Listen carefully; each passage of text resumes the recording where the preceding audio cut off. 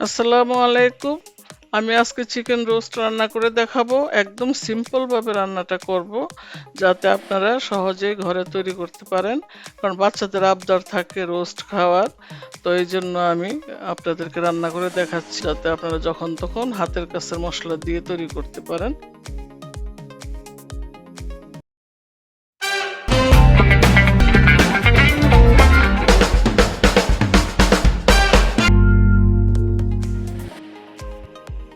রান্না করার জন্য আমি এই যে ফ্রাই প্যান বসিয়ে দিলাম, দিয়ে আমি এখন পেঁয়াজ দিব। আর রোস্টটা আমি ভেজে আগে উঠিয়ে রেখেছি, কারণ ভাজা দেখাইতে গেলে দেখা গেল ভিডিওটা অনেক বড় হয়ে যাবে। তো সবাই তো রোস্ট আপনারা জানেন ভেজে রান্না করতে হয়, তাই আর আমি দেখালাম না। আপনারা অবশ্যই মাংসটা ম্যারিনেট করে ভেজে নেবেন আর কি।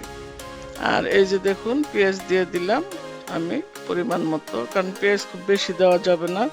একা তো পেঁয়াজের দাম, তার উপর আবার বাচ্চাদের জন্য রান্না করব, পেঁয়াজ আমি দিব না। এখানে আবার বাটা পেঁয়াজও দেওয়া হবে, এই জন্য আমি একটু কম করে দিলাম। আর গোটা মশলা দিলাম, তেজপাতা দিলাম 2টা, আর 4-5টা এলাচ দিয়ে দিলাম আর কি। তারপরে তো আমি রোস্টের মশলা দিবই। আর এই যে দেখুন, আমি এখানে 2 চামচ রসুন বাটা পেঁয়াজ বাটা দিয়ে দিলাম একসাথে। তারপর জিরা বাটা দিলাম 1/2 চামচ। তারপর আমি এখানে আদা বাটা দিয়ে দিলাম 1 চামচ।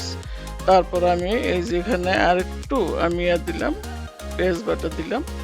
দিয়ে এখন আমি এটা ভালো করে তেলে কষিয়ে নিব, কারণ তেলে না কষালে আদা রসুনের একটা গন্ধ থেকে যায়। এটা ভালো করে আপনারা কষাবেন।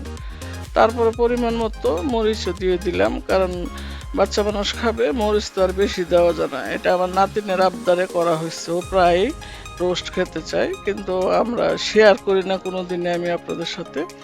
তো আজকে চিন্তা করলাম যে একটু শেয়ার করি, যেহেতু বাচ্চাদের একটা আবদার থাকে।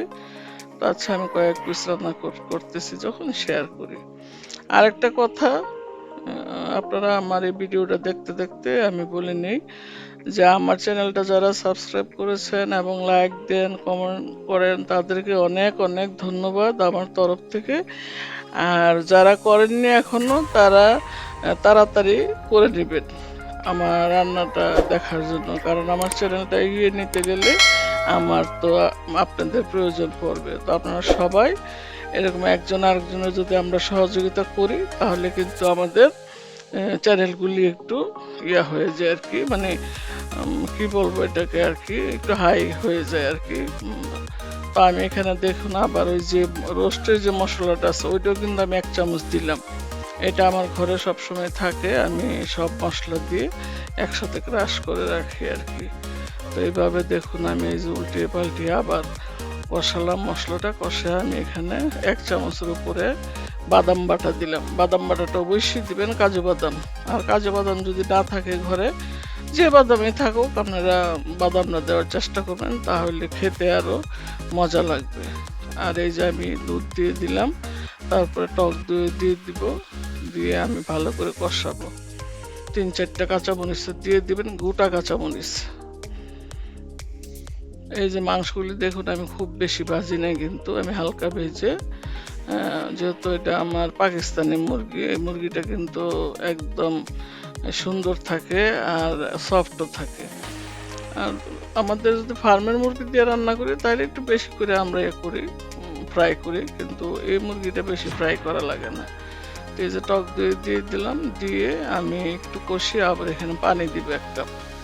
1 কাপের মতন পানি দিলে মাংসটা আর সিদ্ধ বাকি থাকবো না। 5 মিনিটের মতন আপনারা কষিয়ে তারপরে আবার আপনারা 1 কাপ এখানে দিবেন, ঝোল দিবেন, যাতে মাংসটা একটু রসা রসা থাকে।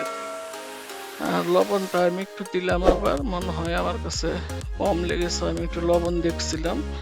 এখন চিনিও দিয়ে দিবে 1 কাপ, গোলমরিচের গুঁড়াও দিব, দিয়ে আমি 10 মিনিট চুলার আঁচটা কমিয়ে আপনারা একটু কষিয়ে নেবেন।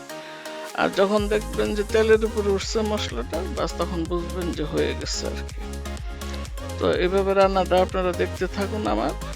আর চ্যানেলটা অবশ্যই সাবস্ক্রাইব করবেন, লাইক কমেন্ট শেয়ার করবেন বেশি বেশি করে, কারণ আমারে যদি আপনারা ইউটিউবে দেখতে চান, যে না আন্টি আপা যে যেটাই বলেন, যে ওনার চ্যানেলটা আমরা একটু বেশি করে আগিয়ে দিই, বা লাইক কমেন্ট শেয়ার করে সবার কাছে পৌঁছে দিই, তাহলে সবাই দেখতে পারবে আমার রান্নাটা আর কি।